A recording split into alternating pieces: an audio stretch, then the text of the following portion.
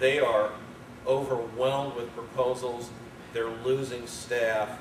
It is a crisis situation there. Again, that's how we can help. I mean, we're not going to go there and push your proposal through for you, but we know how to deal with people who are slightly wired to begin with. Okay, in the old days, if you sent in a proposal and it got rejected, you got a 10-page letter with had all the fixes. You think, hey, thanks a lot. All I have to do is go through this letter, fix the things, resubmit, and I'm okay. Those were the old days. Now you just get a rejection letter saying you're rejected. They don't have the time to do that for you anymore.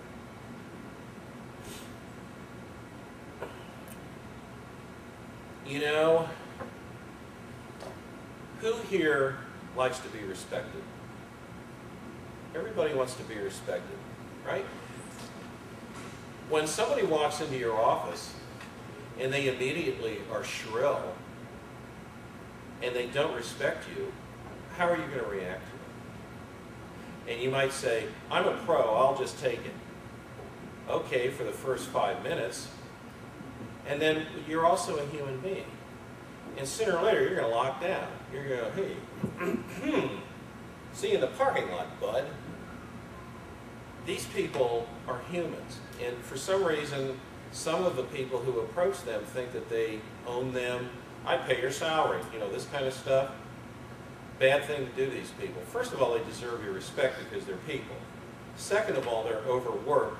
Third of all, they have the pen and the right to give you the schedule. I mean, some people tromp right in there and they're demanding and they pound the table, metaphorically speaking, and they screw themselves. We have one client who called one of the reviewers stupid.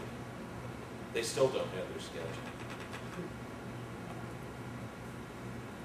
What did Forrest Gump say? Stupid is as stupid does.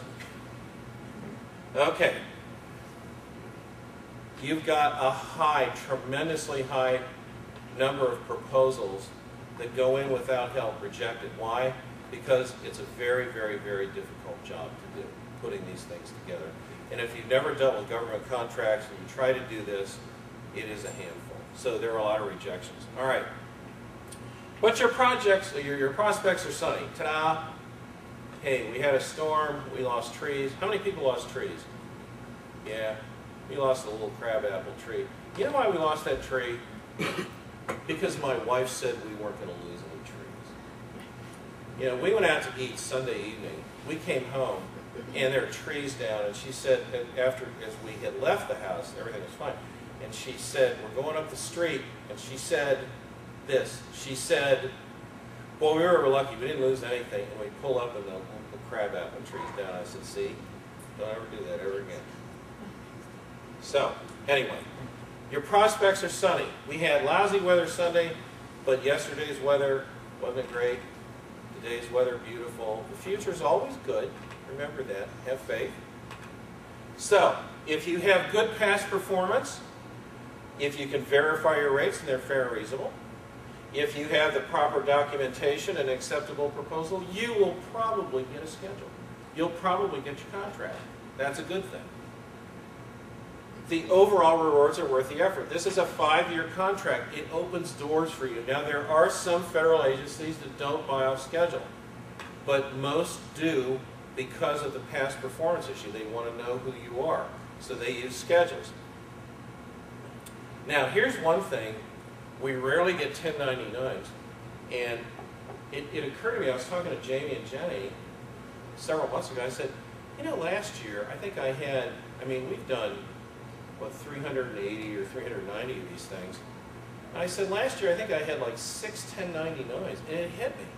These people don't know that these services are fully tax deductible. You can 1099 us for the whole thing. What does this mean? It means the federal government pays a good chunk of that feedback. It lets you deduct this. So if you use our services, 1099 us. For Pete's sake, please take the deduction. My father was a lifelong IRS agent. I don't mess with that agency. I report every penny that comes in the door. I do not play games because I remember the stories Dad used to tell. Okay. Now, how to get there? You have to find, I mean, you're selling something and you want a buyer, right?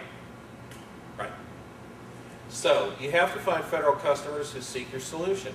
Here's what you do. You don't go in and say, I'm an 8A, I'm a SD, VOSD, I'm woman-owned, I have a schedule, give me work.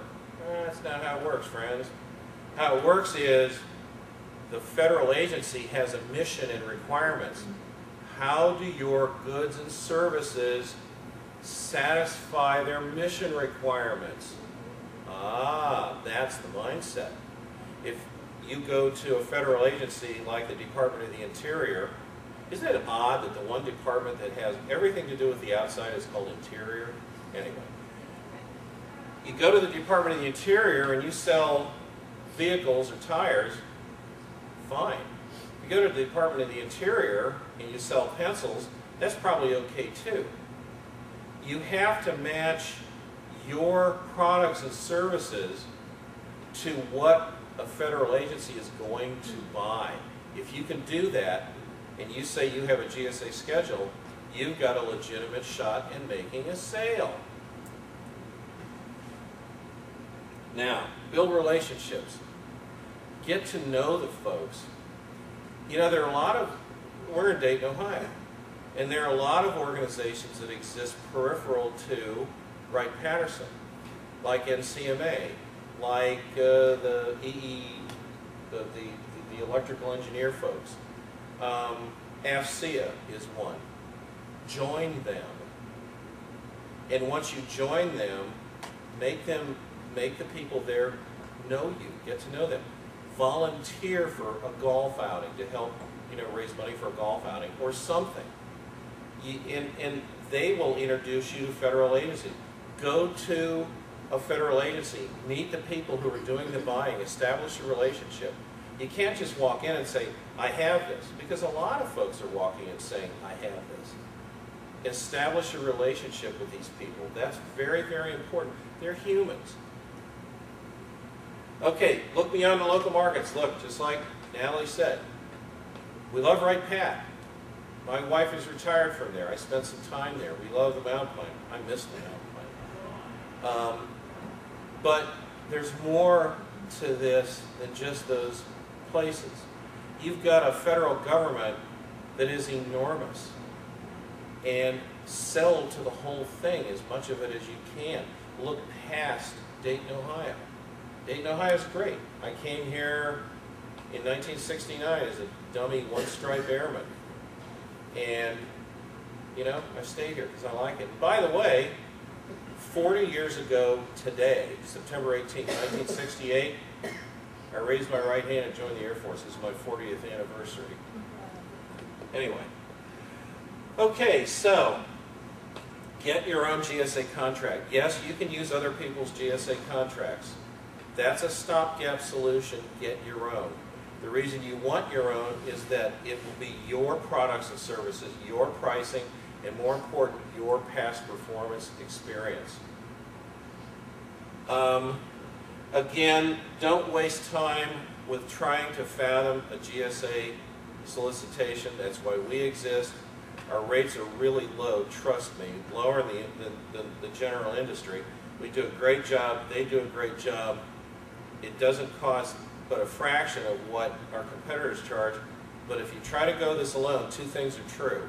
One, you might fail. Two, you're spending time on doing something and you're not doing the job that you're there to do, running your company or what have you. So, use a professional firm to help you with the process. Okay, what about us? Well, we have been in business since 2003. We have an experienced, friendly staff. The one thing about this is, if you have questions beforehand, we don't have our hand out. You have questions, we'll talk to you all day long without our hand out.